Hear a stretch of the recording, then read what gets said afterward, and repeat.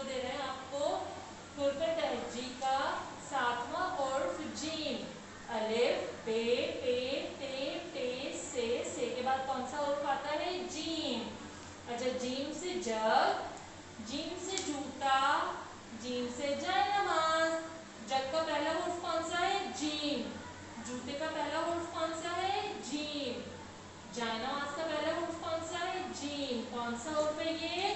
Gym. Gym के पेट में एक नुक्ता, जीम के पेट में एक नुक्ता। आते हैं इसकी फॉर्मेशन की तरफ। ये इसका स्टार्टिंग डॉट है। नुक्ते से ऊपर जाइए, पीछे जाइए, नीचे आकर गोल चांद बनाइए, बीच में एक नुक्ता लगाइए। नुक्ते से ऊपर जाइए, पीछे जाइए, नीचे आकर गोल चांद बनाइए, बीच में एक नुक्ता बनाइए।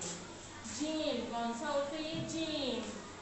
नुक्ते से ऊपर जाइए, पीछे जाइए, नीचे आकर गोल चांद बनाइए, बीच में एक नुक्ता बनाइए। जीम। कौन सा